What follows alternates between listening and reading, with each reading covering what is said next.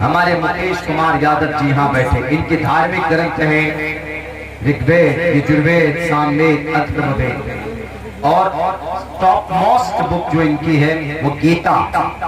गीता में एक बात कही गई, तीसरे अध्याय के 24वें मंत्र में श्री कृष्ण जी ने बात कही, तस्मात् शास्त्रम प्रमाणम ते कार्य अकार्य व्यवस्थितो ज्ञात्वा शास्त्र विधानोक्तम कर्म कर्तुमर्हसि। इंसानों, तुमको कैसे जिंदगी गुजारनी है, तुम अपने शास्त्रों को पढ़ना। आज हम लोग अपने शास्त्र को अगर याद करते हैं, विधायक जी आपको तसव्वुर नहीं होगा, बहुत सी जगहों के ऊपर तो ऐसी नफरत की निगाह से देखते। मैं 2-2 घंटे, 1.5 घंटे, तकरीबन 3 महीने से तकरीर कर रहा हूँ, हर रात को डेली। रात में चंपारण में था, आज यहाँ हूँ, कल की तारीख में मैं झारखंड में रहूंगा, 31 को मैं रांची में रहूंगा, 31 को झारखंड में गोड्डा में और 1 को रांची में रहूंगा मैं। उसके बाद रमजान शुरू, 3 से लेकर 4 महीने तक मुस्तकिल।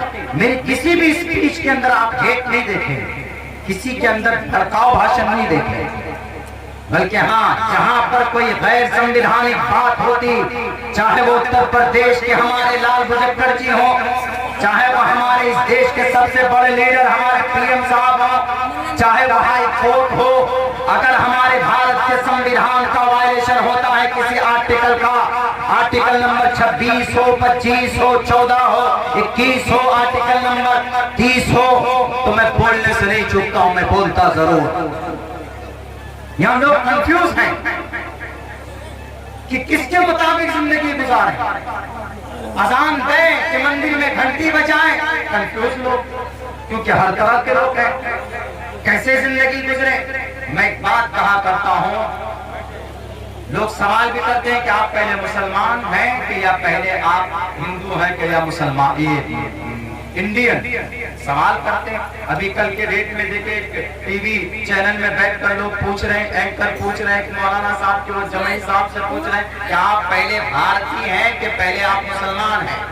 एक ऐसा सवाल है, वो बेचारे शायद जैसे कैसे जवाब दिया, लेकिन मैं इसका ये जवाब देता हूँ कि हम पहले भारतीय भी हैं और पहले मुसलमान भी हैं। उन्होंने कहा कि दोनों एक वक्त में कैसे हो सकता, दोनों एक in one time at a time and 2 things how is it possible will be done, कैसे हो सकता दो चीज एक वक्त में। हमने कहा कि जब 2 आंख से एक टाइम पे देख सकते हो तो 2 टाइम एक टाइम पे 2 चीज नहीं हो सकती। भाई धार्मिक एतबार से कोई पूछे कि आप किस ईश्वर को मानते हो, हिंदू है तो कहेगा कि मैं ब्रह्मा जी को मानता हूँ परमात्मा, विष्णु को मानता हूँ, शिव को मानता हूँ, श्री राम को मर्यादा पुरुषोत्तम मानता हूँ, कृष्ण जी को मानता हूँ। हाँ, अगर पूछे कि नेशनल के एतबार से, एक पहचान के एतबार से, आप एक मुल्क के एतबार से, जुगराफिया के एतबार से आप कौन है, तो हम कहेंगे हम सबसे पहले भारतीय। और दोनों मेरे लिए सम्मान की बात है। जैसे हमारे लिए दोनों आंख बराबर, वैसे हमारे लिए दोनों चीज बराबर, अपना आस्था भी और अपना मुल्क, दोनों से मोहब्बत करते। हम अपना पुण्य के एतबार से, हम फला धर्म से बिलोंग करते हैं, इस्लाम से बिलोंग करते हैं, जैन से बिलोंग करते हैं, और इस चीज की रियायत दी गई है कहां पर, इस चीज की रियायत दी गई है भारत के संविधान में। जब बाबा साहब भीमराव अंबेडकर लिखते जब बात धर्म की आई कि ये देश इस धर्म के हिसाब से चलेगा, अजान के जरिए चलेगा कि मस्जिद में घंटी बजाने या भजन के जरिए चलेगा, या कलीसा या चर्च के जरिए से चलेगा, या कि हमारे सिख भाई के गुरु नानक गुरु गोविंद सिंह के उन 10 गुरुओं के आदेश के हिसाब से चलेगा। तो डॉक्टर भीमराव अंबेडकर ऐसे वैसे शख्सियत तो नहीं थे, बल्कि 12 डिग्रियां एक वक्त में अगर किसी के पास था तो उस शख्स का नाम डॉक्टर भीमराव अंबेडकर था। जब भारत के संविधान को लिखने की बात आई, कौन लिखेगा, जब भूलने लगे तो कोई महान इंसान नहीं मिल रहे थे, तो डॉक्टर जब पंडित जवाहरलाल नेहरू गए कहा लंदन कैम्ब्रिज यूनिवर्सिटी, वहां पर जाकर कहा कि sir I need a person, I need a grateful person, I need a विद्वान, हमें एक विद्वान चाहिए, हमें भारत की तकदीर लिखनी है, हमें भारत का धर्म लिखना। भारत का धर्म क्या है? भारत का धर्म न मुसलमान, भारत का धर्म न हिंदू है, भारत का न धर्म क्रिश्चियन है, भारत का न धर्म हमारा जैन बौद्ध न कंफ्यूशनिज्म न आशूर्य, भारत का धर्म है भारत का संविधान, ये हमारे इस मुल्क का धर्म है भारत का संविधान। उन्होंने कहा कि सर हमें एक इंसान की जरूरत है, एक ज्ञानी इंसान की जरूरत है, आप हमें दे सकते? उन्होंने कहा कि हाँ देंगे तो सही, लेकिन तुम्हारे ही मुल्क से, तुम्हारे ही भारत में है वो ज्ञानी आदमी। उन्होंने कहा हमारे भारत में तो है नहीं। जवाहरलाल नेहरू ने कहा कि कौन है जरा बताइए तो सही। उन्होंने कहा कि जाओ डॉक्टर भीमराव अंबेडकर नाम है, that is located in Maharashtra, Maharashtra के रहने वाले। कहा कि क्या खुसूसियत है? कहा कि इतना बड़ा विद्वान तुम्हारे देश में नहीं है। पंडित जवाहरलाल नेहरू जी जाओ, 12 डिग्रियां टॉप मोस्ट हायर स्टडीज की उसने, अब बड़े अच्छे नंबर से फर्स्ट डिवीजन से फर्स्ट क्लास, हर एक डिग्री के अंदर उनका ये ठप्पा लगा हुआ है। 12 डिग्रियां को होल्ड करने वाला डॉक्टर भीमराव अम्बेडकर जाओ उनके पास, आए और उनको संविधान की जो कमेटी बनी थी, एक लंबा प्रोसेस है, उनका अध्यक्ष बनाया गया। लेकिन जब लिखना इन्होंने शुरू किया तो जब धर्म की बात आई तो उन्होंने सोचा कि अब किसके तहत ये देश चलेगा, तो उन्होंने फौरन एक ऐसा आर्टिकल लाया जिसके अंदर अगर कोई ये कहे कि मैं अल्लाह अल्लाह करना चाहता हूँ वो भी जायज, कहेगा कि मैं राम राम करना चाहता हूँ वो भी जायज, अगर कोई कहे कि मैं महावीर जैन स्वामी का नाम जपना चाहता हूँ तो भी जायज, अगर कोई कहे कि मैं गौतम बुद्ध सिद्धार्थ का नाम लेना चाहता हूँ तो भी जायज, कोई कुरान पढ़ना चाहे अल्हम्दुलिल्लाह रब्बिल आलमीन तो भी जायज, कोई गीता पढ़ना चाहे तो भी जायज, कोई गायत्री मंत्र पढ़ना चाहे ओम भूर्भुवः स्वाहा तत्सवितुर्वरेण्यम तो भी जायज, अगर कोई हनुमान चालीसा पढ़ना चाहे, जय हनुमान ज्ञान गुण सागर जय कपीसते होलों को उजागर तो भी जायज, अगर कोई सिख है, अगर कोई मूल मंत्र पढ़ना चाहे एक ओंकार सतनाम करता विरुद्ध तो भी जायज, अगर कोई क्रिश्चियन है, अगर वह there is no God but one God we believe in Mariam in Jesus तो भी जायज, सबके लिए जायज। ये कहा कि धार्मिक एतबार से every person will be free, हर कोई आजाद। कहाँ बताया? भारत के संविधान में बताया। भारत के संविधान का आर्टिकल दफा नंबर 25 और 26 पे फ्रीडम ऑफ कॉन्शियंस वर्ड है, फ्रीडम ऑफ कॉन्शियंस। मेरे एक लफ्ज के अंदर गलती नहीं होगी, अल्लाह की जात पर मुझे भरोसा। Freedom of conscience and free profession and practice. Profession practice का क्या मतलब? अकीदा और अमल। अगर कोई नमाज पढ़ता है अल्लाहु अकबर, प्रोफेशन ये प्रैक्टिस है, प्रैक्टिस अल्लाहु अकबर। अल्हम्दुलिल्लाह रब्बिल आलमीन अर्रहमानिर रहीम मालिक यौमिद्दीन, प्रैक्टिस है, प्रैक्टिस, फ्रीडम ऑफ प्रैक्टिस। अगर कोई हिंदू भाई गणेश जी के सामने खड़े हो जाए, श्री रामचंद्र जी के सामने खड़े होंगे, उनके अक़ीदे के मुताबिक अपने ईश्वर के सामने खड़े होंगे, पढ़ेंगे ओम भूर्भुवः स्वाहा तत्सवितुर्वरेण्यम गायत्री मंत्र पढ़ते हमारे मुकेश जी भी पढ़ते होंगे, ओम भूर्भुवः स्वाहा तत्सवितुर्वरेण्यम भर्गो दिशि दिवस, क्योंकि इनके धार्मिक मूल मंत्र है, गायत्री मंत्र पढ़ते हैं उम्मन पूजा पाठ में, जैसे हम लोग नमाज में सूरह फातिहा पढ़ते वैसे पढ़ते। मुसलमान पढ़ते कि नहीं पढ़ते? अब अगर कोई कहेगा नहीं जी हमारा सूरह फातिहा ही तुम पढ़ो नहीं तो तुमको मारेंगे, गलत हो जाएगा। हिंदू भाई में कोई यूं कहे कि नहीं जी तुम ब्रह्मा सूत्र ही पढ़ो तो गलत हो जाएगा। ब्रह्म सूत्र क्या? एकम ब्रह्म द्वितीय नास्ते नेह नास्ते किंचन। जब राम जी का नाम लेते हैं, एक महान बड़े डाकू रत्नाकर वाल्मीकि डाकू थे ना पहले वो, लेकिन जब श्री रामचंद्र जी का दिल से नाम लिया तो एक क्या बने, वो इतने महान इंसान बने, इतने महान इंसान की श्री रामचंद्र जी के ऊपर पूरी की पूरी किताब लिखी उन्होंने। उसी किताब का नाम वाल्मीकि रामायण है। वाल्मीकि क्यों बोलते हैं जी?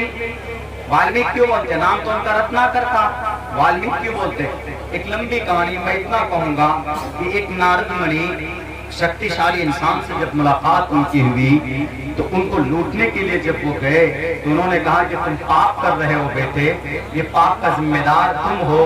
तो उन्होंने कहा मैं नहीं, मेरे अम्मी अब्बा। अच्छा, गुनाह तुम करो, पाप तुम करो और अम्मी अब्बा के सर पे तुम फोड़ने जाते हो। चोरी तुम करो, माँ बाप के सर पे तुम डालते हो। शराब तुम पियो और माँ बाप जेल जाएं, नहीं चलेगा। जाओ अपने अम्मी अब्बा से पूछो कि तुम जो पाप करो उसका जिम्मेदार कौन। गया अपनी अम्मी और अब्बा के पास, जाकर पूछा माँ थे जरा बताओ मैं जो चोरी कर रहा हूँ इसका जिम्मेदार कौन। उन्होंने कहा कि तुम हो, यू आर रिस्पॉन्सिबल, तुम हो। घोटाला तुम करते हो, सवाल जवाब तुम ही दोगे ना। घोटाले तुम करते हो, करप्शन तुम करते हो, जिना तुम करते हो, झूठ तुम बोलते हो, तो you are responsible in front of God. अल्लाह के नजदीक तुम हो जिम्मेदार। आने के बाद कहा कि नारद मुनि जी, किसी तरीके से ईश्वर से हम कैसे अपने पाप और अपनी मुक्ति पाएंगे। तो उन्होंने कहा कि काम करो, जाओ बैठकर राम राम करो। राम राम, रामचंद्र जी का नाम। तो बैठ के जंगल चले गए। जाने के बाद मेरी इन अल्फाज में अगर कोई गलती होगी तो मैं इस्लाह कर लूंगा, लेकिन मुझे इतना मैं अपनी जात पर, अपने नॉलेज पर नहीं, अल्लाह की जात पर भरोसा करके बोलता हूँ कि मैं एक लफ्ज झूठ नहीं बोल रहा हूँ। मैं इस्लाह के लिए बोल रहा हूँ कि जब इंसान दिल से तय कर ले और सच्चे दिल से नाम ले अपने अकीदे के एतबार से, तो कुछ न कुछ लक्ष्य को पा लेता। तो उन्होंने कहा कि क्या करें। कहा जाओ जंगल। जाने के बाद रामचंद्र जी का नाम लीजिए। तो वो गए जंगल। कहा जाता है कि 11 साल या 1100 साल तक बैठकर ऐसे ही राम राम का माला जपने लगे। राम राम राम राम बोलने लगे अकीदे के साथ। राम मर्यादा पुरुषोत्तम, वो एक ईश्वर, एक परमात्मा विष्णु जी के 8वें 7वें अवतार माने जाते श्री रामचंद्र जी। इस हिसाब से नाम लेते रहते। उनकी पूरी बॉडी में, पूरी बॉडी, ये जो खूंटा है आप छोड़ दीजिए यहाँ पे 1 महीना, देखिएगा नीचे से घुन लग जाए। 6 महीना छोड़ दीजिए, पूरे में घुन लग जाए, कीड़े लग जाएंगे इसमें। ऐसे ही जब रत्नाकर वाल्मीकि राम राम करते करते उनकी पूरी बॉडी में घुन लग गया। घुन, इसी घुन को संस्कृत में वाल्मीकि बोलते हैं। इसी घुन को वाल्मीकि, रत्नाकर के साथ वाल्मीकि क्यों लगा, घुन लगने की वजह से घुन क्यों लगा, अपने पापों के प्रायश्चित के लिए जो ईश्वर से जो रामचंद्र जी का नाम ले रहे थे, तब से उनका नाम पड़ा रत्नाकर वाल्मीकि। तब उन्होंने श्री रामचंद्र जी के ऊपर एक किताब लिखी, उसी किताब का नाम है वाल्मीकि रामायण। जी बहुत पापड़ पिन कर नॉलेज हासिल करनी पड़ती है नौजवान साथियों। ये तो मैंने नॉलेज दी, हमारे चूंकि विधायक जी यहाँ पर बैठे हुए हैं। मैं एक स्टूडेंट हूँ, मैं एक तालिब इल्म हूँ। अपने ग्रंथ का भी, भारत के संविधान का भी, हिस्ट्री का भी, इतिहास का भी, ऋग्वेद, यजुर्वेद, सामवेद, अथर्ववेद, रामायण हो, महाभारत हो, गीता हो, मैं पढ़ता हूँ, शौक से पढ़ता हूँ। जैसे अभी हमने बात की आर्टिकल नंबर 25 के तहत नमाज पढ़ने की, पूजा करने की, जप करने की, जिक्र करने की, कोई किसी को मना नहीं किया। Freedom to manage, freedom of conscience, जमीर की आजादी, freedom of conscience and free profession, practice and propagation of the religion. हमारे इस्लाम में अच्छाई है तो मैं माइक के जरिए बोल सकता हूँ, कोई नहीं रोक सकता हमें। हिंदू धर्म में अच्छाई है तो हिंदू धर्म की अच्छाई को सामने लाया जा सकता है। सनातन धर्म में अच्छाई है तो सामने लाया जा सकता है। क्रिश्चियन के अंदर अच्छाई है तो वो अपने अच्छाई को लोगों के सामने पेश कर सकता, उसको कोई नहीं मना कर सकता। कौन कहता है? भारत का संविधान कहता। इस्लाम में अच्छाई है तो उस अच्छाई को अगर हम तकरीर में बयान करेंगे तो हम पर कोई कार्रवाई नहीं हो सकती। क्यों?